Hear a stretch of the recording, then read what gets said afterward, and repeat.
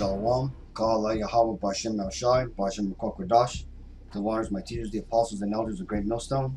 Peace and mercy to the elect, who the house of David reborn again in this generation. And Shalom to the 130 Yasharala, who today are known as the Negroes, Latinos, and Native Indians, who before losing their true heritage were known as, and still are, the true Hebrew Israelites of the Holy Bible. In today's lesson, we're going to talk about the Vatican and Pope Francis' views on the LGBT and homosexuality. But let's read this first. This is Isaiah 9:16. For the leaders of this people cause them to err, and they that are led by them are destroyed. So Pope Francis recently came out as of Wednesday and made some headlines across the world, namely because now he is advocating for same-sex couples and saying that there should be a law created for them, and in turn basically saying that it's okay for homosexuals to be together, when the Bible makes it very clear that this is not a practice condoned by the Bible. But let's read the article and let's continue. It says, Pope Francis wants to support legal protection for gays while upholding marriage. The Argentinian pontiff has in the past supported the inclusion of gay couples in civil unions, but saying as Pope puts him at odds with the hitherto official Vatican line, writes Michael Kelly, Pope Francis is making the headlines with reports that he used in an interview for a documentary film to offer his support for the legal protection of gay couples. This is not a new position for Francis, but the fact that he is voicing it as the Pope and it puts him at odds with the official Vatican document will raise eyebrows. Now, when they say the official Vatican document, they're talking about the Bible here.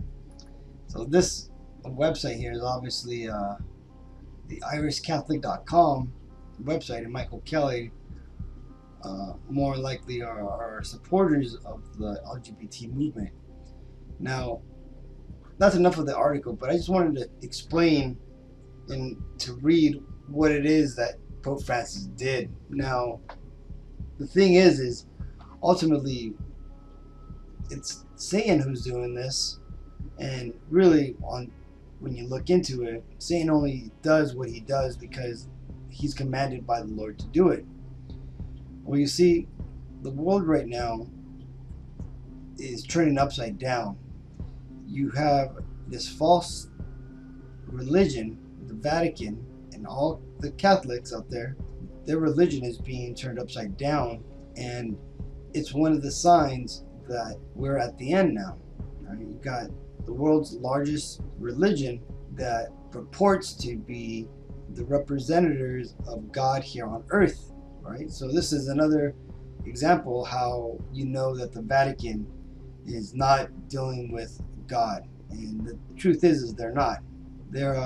It's a pagan organization that purports to be following the Bible, but when you look into it, the Vatican really are just Babylonian priests who worship the sun god, right?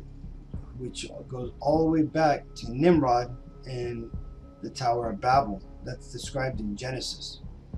Now, this is Leviticus 20:13. If a man also lie with the mankind as he lieth with a woman, both of them have committed an abomination. They shall surely be put to death. Their blood shall be upon them. So this is the law written in the Bible, the Torah, that explains homosexuality is wrong. Besides it just logically being a lifestyle of death, it doesn't promote life, it basically ultimately promotes death. it's against the law, right? The Lord sees it as an abomination. And people say, well, that was written so long ago and all this, stuff and yada, yada, yada.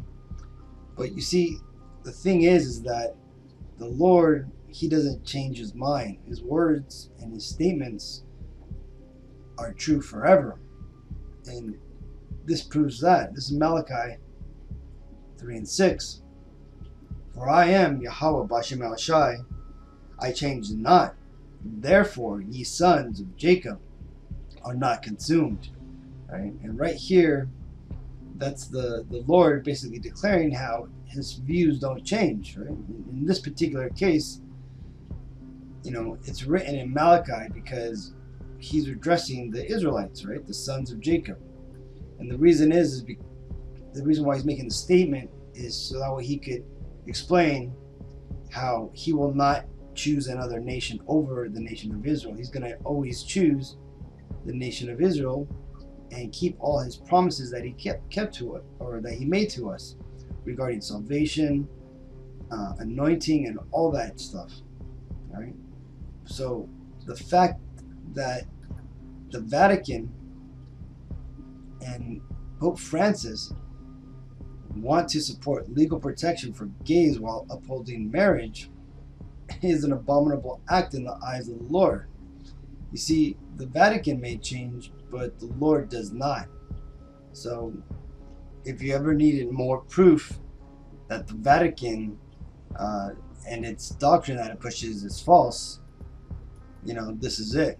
So like I said, the Vatican should not be looked at for a representative of God here on earth. It is the false prophet described in Revelations when it refers to the three frog-like demons that came out of or described in Revelations, that is, right? And this image here just shows you how the Vatican, the position is really ultimately just a recreation of the Babylonian priest who worshipped Dagon, right? And Dagon was basically the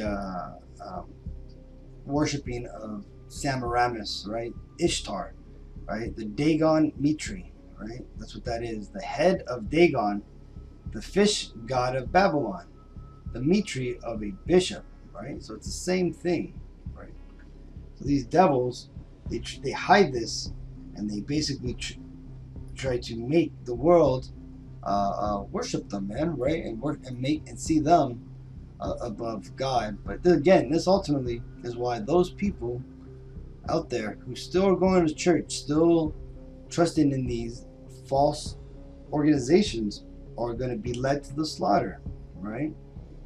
So this is why we tell everybody out there that you need to stop following these church religions, man. You just need to start reading the Bible for yourself, right? Because you got to remember, what is being taught in these churches is not what is the Bible wants, right? The Bible, in fact, comes against these churches, man.